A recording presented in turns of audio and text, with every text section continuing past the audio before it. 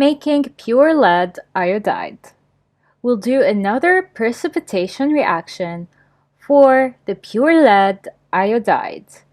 We will see the steps followed till reaching the result, which is lead plus iodide reacts to give lead iodide, which is the precipitate. We have a series of steps to be followed till obtaining this yellow-colored precipitate, which is shown here in the figure. So making pure lead iodide. First, we need solution containing lead ions and another one containing iodide ions. For example, let's take lead nitrate here and potassium iodide here.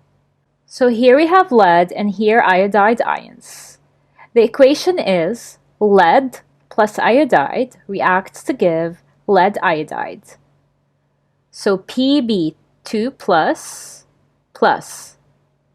2I minus reacts to give PbI2, which is the precipitate lead iodide. It has a yellow-orange color. So we will filter to get the precipitate. We will filter the solution to get the precipitate using a filter paper. And when we get the precipitate, we will wash it with pure water. And finally, we will dry it out.